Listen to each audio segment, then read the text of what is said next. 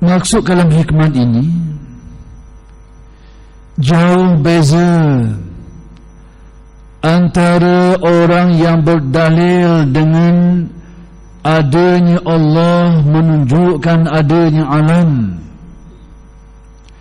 dengan yang jika dibandingkan dengan orang yang berdalil bahawa adanya alam inilah yang menunjukkan adanya Allah. Ada dua keadaan ahli makrifat. Satu golongan orang yang berdalilkan kepada kewujudan Allah dan kesempurnaan sifatnya atas makhluk ciptaannya. Golongan yang kedua, orang yang berdalilkan makhluk sebagai dalil menunjukkan kepada kewujudan pencipta dan kesempurnaan sifatnya. Inilah dua golongan manusia dalam mencapai makrifat. Golongan pertama diberikan makrifat dulu terhadap kewujudan Allah dan kesempurnaan sifat-sifatnya. Setelah itu baru dia kenal kesan-kesan kesempurnaan Allah, iaitu dengan terwujudnya makhluk ini. Golongan yang kedua memandang kepada makhluk dulu, lalu daripada pandangan terhadap makhluk itulah dijadikan dalil untuk membuktikan kewujudan dan kesempurnaan Allah Subhanahu wa ta'ala. Golongan yang pertama ini ahli makrifat yang sudah mencapai jazbah, ditarik hatinya sehingga terbuang hijabnya, lalu mencapai makrifat yang terang. Hatinya lebih mengenali Allah daripada makhluk. Adapun golongan yang kedua, golongan ahli suluk, orang yang dalam perjalanan untuk makrifat Tuhannya.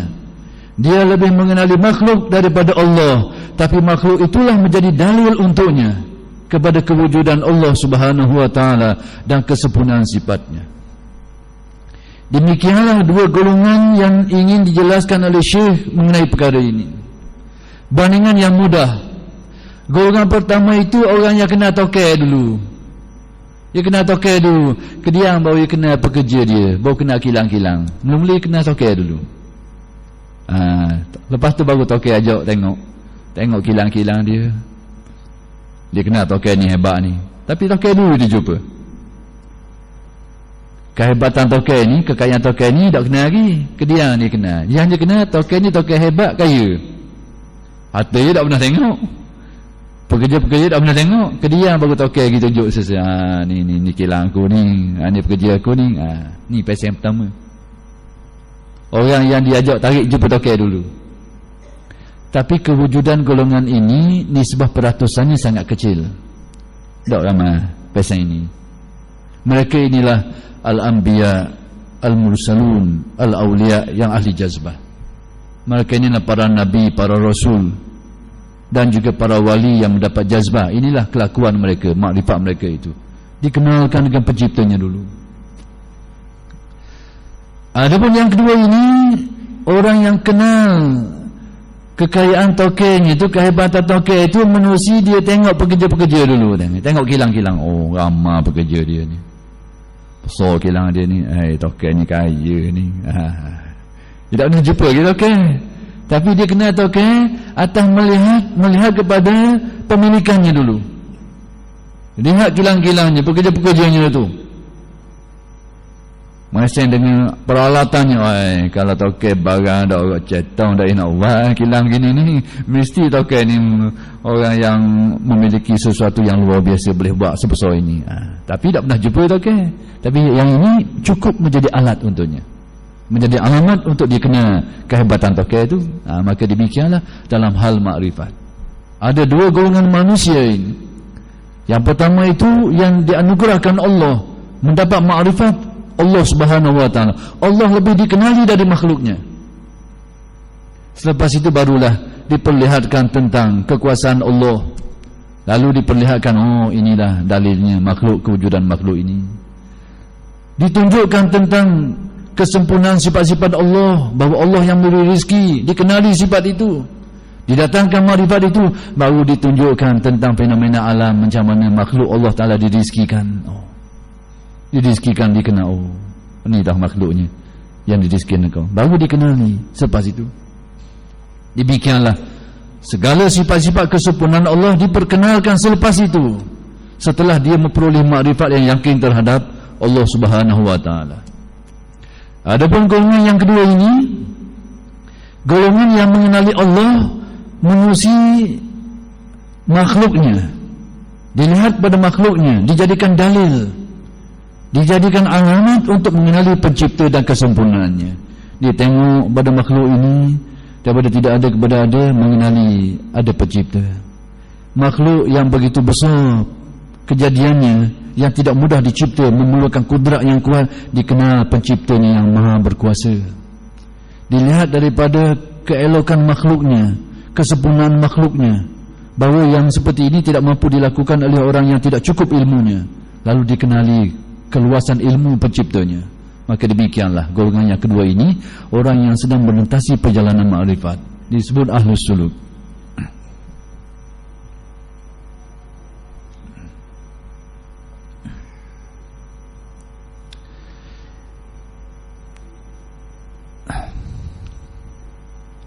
Orang yang berdalil adanya Allah, menunjukkan adanya alam, yakni golongan pertama tadi tu, orang yang mengenali Allah dulu, dibuka makrifat hatinya, mengenal kesempurnaan Allah dulu, setelah itu baru dia kenal makhluk ciptaannya. Ni golongan pertama ni bagaimana?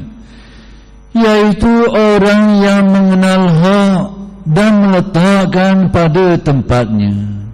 Inilah orang yang mengenali kebenaran dan meletakkan kebenaran pada tempatnya. Allah sebagai Tuhan lebih berhak dikenali dulu, dan dia mengenalinya dulu, baru dikenali makhluk-makhluknya. Orang ini memang tepat meletakkan makrifatnya, yakni meletakkan Allah pada tempatnya yang sepatutnya. Adapun yang kedua ini,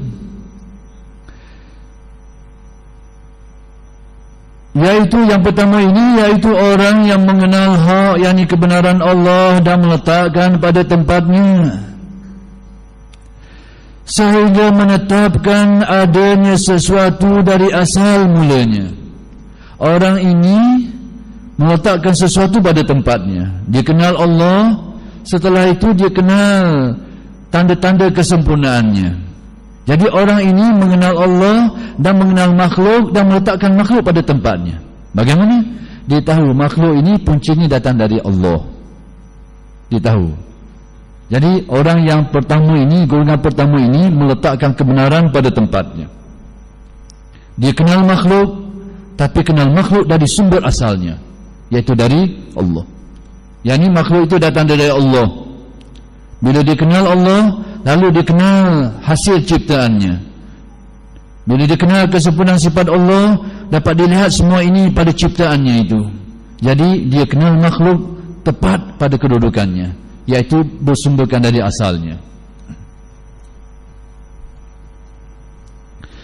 Sedang orang yang berdalil adanya alam, menunjukkan adanya Allah, yakni golongan yang kedua ni, orang yang mengenali alam dulu, dia kenal makhluk dulu, baru daripada pengenalan terhadap makhluk itu dikenali Allah. Kerana makhluk ini menjadi dalil, menjadi alamat kepada kewujudan Allah dan kesempurnaan sifat-sifatnya. Tapi orang ini dia kenal makhluk dulu, tapi makhluk itu sebagai batu loncatan, sebagai dalil, sebagai pedoman, sebagai petunjuk yang menunjukkan kepada Allah Subhanahu wa taala. Baik, golongan yang kedua ini kedudukannya bagaimana? Dari segi dalam ilmu ketuhanan, dalam ilmu kesufian. Sedang orang yang berdalil adanya alam, menunjukkan adanya Allah, kerana ia tidak sampai kepada Allah. Yakni orang ini orang yang belum sampai kepada Allah, orang yang belum kena tokeh, hanya kena pemilikan tokeh je dulu, belum kena tokehnya lagi, tapi dalam perjalanan untuk mengenali tokeh.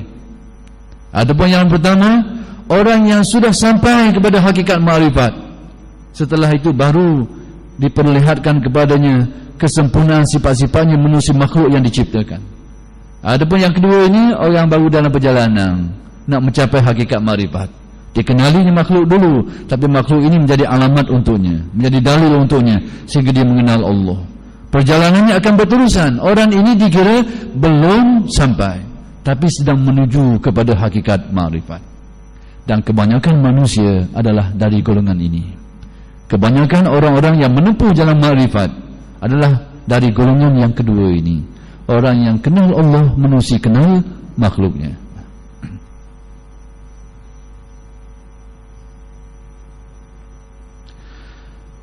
Maka bilakah berkait dengan golongan yang kedua ini, Syekh mendatangkan beberapa pertanyaan untuk direnungi.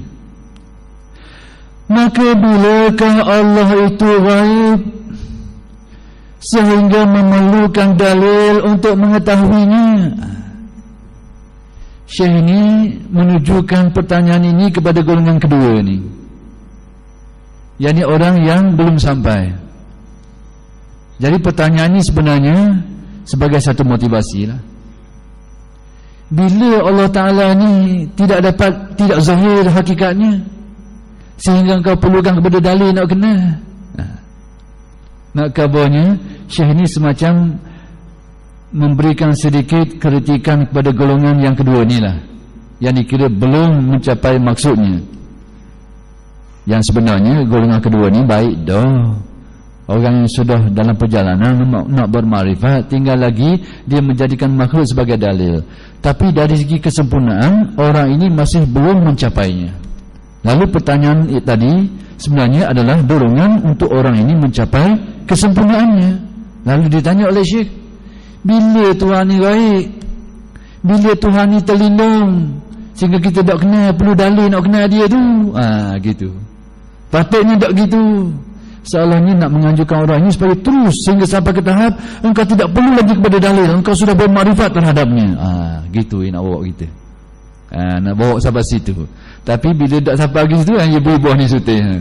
Bila Tuhan tu baik, bila Tuhan tu tersembunyi sehingga memerlukan dalil, tidakkah huwa zahir? Tidakkah Tuhan itu sangat nyata? Mudah nampak. Gitu nak kabarnya. Mudah nampak. Boleh. Soalannya begitu. Tapi memang orang ni kodok masing-masing dah. Cuma Syekh ni khabar nak suruh jack sikit. Maksudnya usahakan sampai ke tahap engkau tidak perlu lagi pada dalil ni. Hatimu langsung terus bermakrifat terhadap Allah Subhanahu Wa Taala. Gitu maksudnya. Tapi sebenarnya pada dia ni sebenarnya memang orang gini-gini kadang dia nak kata apa.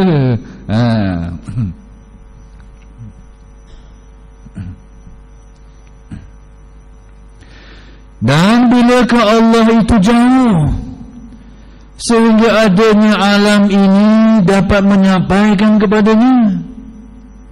Sejak bila Allah Ta'ala itu jauh daripada kita sehingga engkau perlu menempuh satu perjalanan untuk sampai kepadanya? Salahnya pertanyaan ditujukan kepada golongan tadi tu, hak tengah jalan ni, hak tengok ke dalil ni, nak kenal Allah Ta'ala ni. Bila Tuhan tu jauh sehingga kita ni perlu menempuh sesuatu sehingga nak kenal? Tidakkah dia terlalu dekat kepadamu? Hanaknya gitu, hanaknya. Sepatutnya. Jadi demikianlah Syekh ini menjelaskan kepada kita tentang dua golongan manusia dalam makrifat. Orang yang sudah sampai dan orang yang belum. Orang yang sudah sampai hatinya dipenuhi makrifat. Allah lebih dikenali, lebih diyakini dari yang lain. Setelah itu barulah pandangannya melihat kepada makhluk sebagai melihat dari kesan kesempurnaan Allah Subhanahu Wa Taala. Ibaratnya barulah tokek tadi ajak pergi jalan tengok kilang dia tu. Tengok. Kediang lepas tu. Tapi tokek dulu dia kena.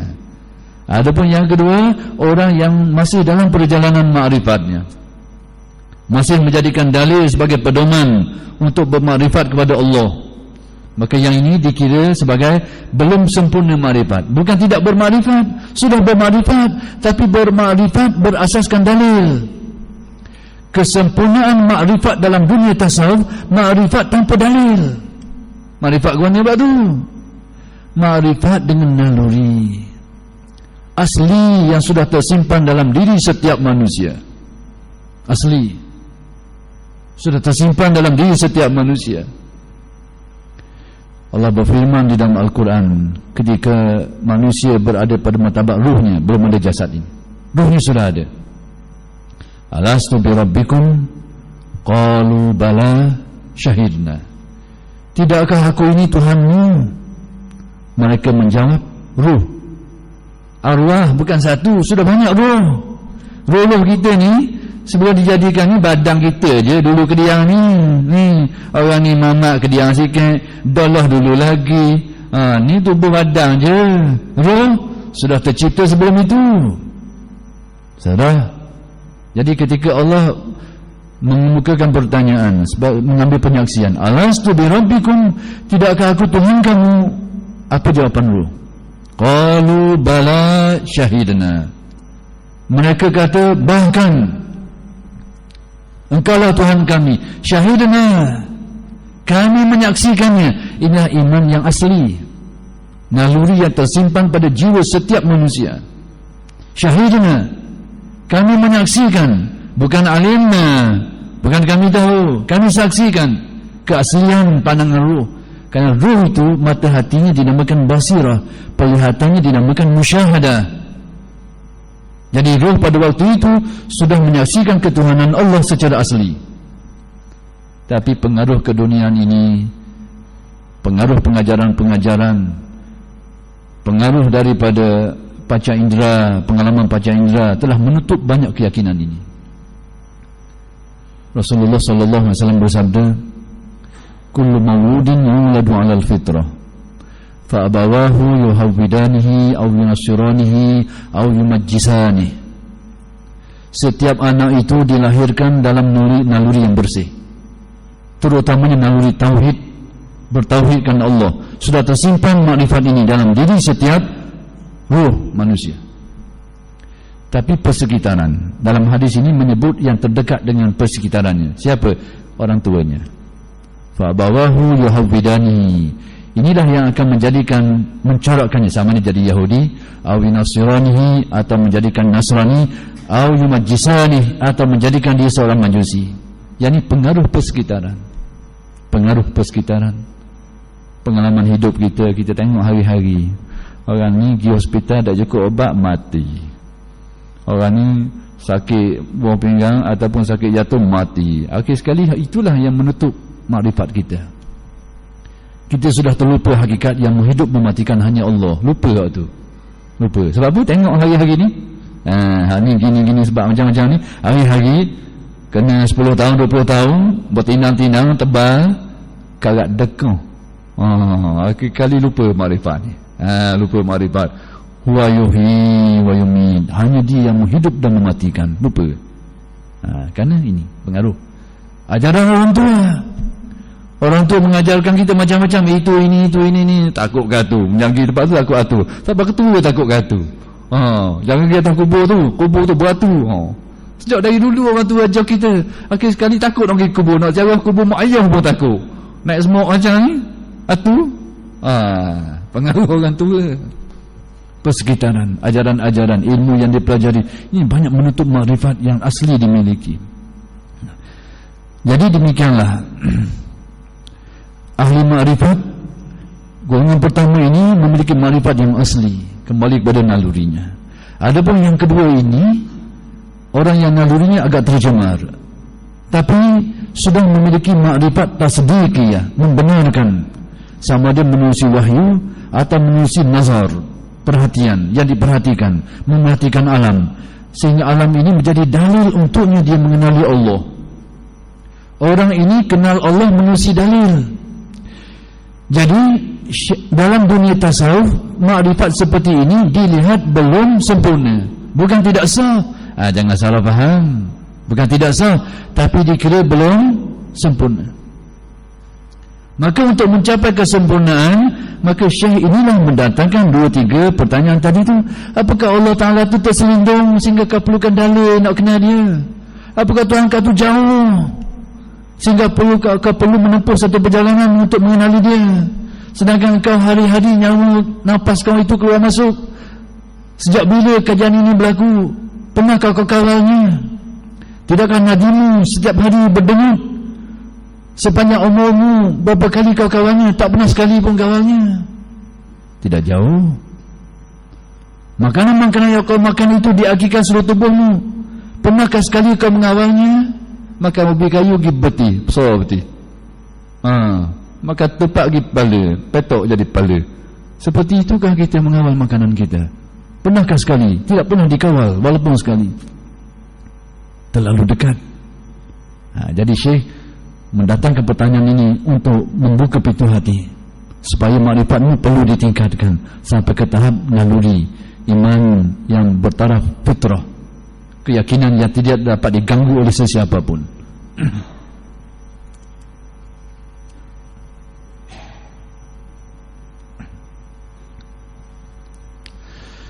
Firman Allah, wallahu akhrajakum min butuni ummahatikum la ta'lamuna syai'a wa ja'ala lakumus sam'a wal absara wal af'idata la'allakum tashkurun. Surah An-Nahl ayat 78, yang bermaksud, dan Allah telah mengeluarkan kamu dari perut ibumu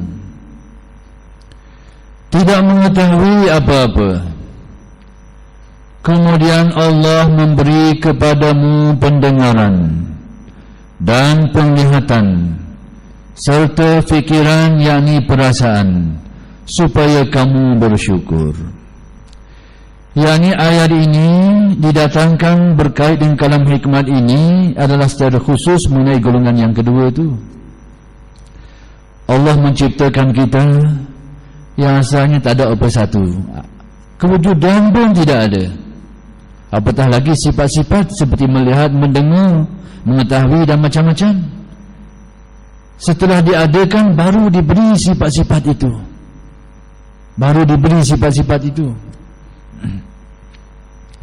Jadi setelah manusia itu diberikan sifat-sifat ini, sewajarnya sifat-sifat itu dijadikan alat untuk seseorang itu mengenal Tuhannya, melihat kepada makhluk sebagai dalil, lalu membuktikan kewujudan Allah dan meyakininya.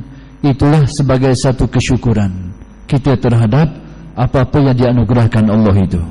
Jadi dengan arti kata yang lain, manusia yang dianugerahkan Allah dengan segala macam perkara itu sepatutnya mensyukurinya. Syukur terhadap nikmat itu apa? Makrifat terhadap penciptanya. Itulah kesyukuran yang sebenar-benarnya setelah manusia memperoleh makrifat terhadap penciptanya itu.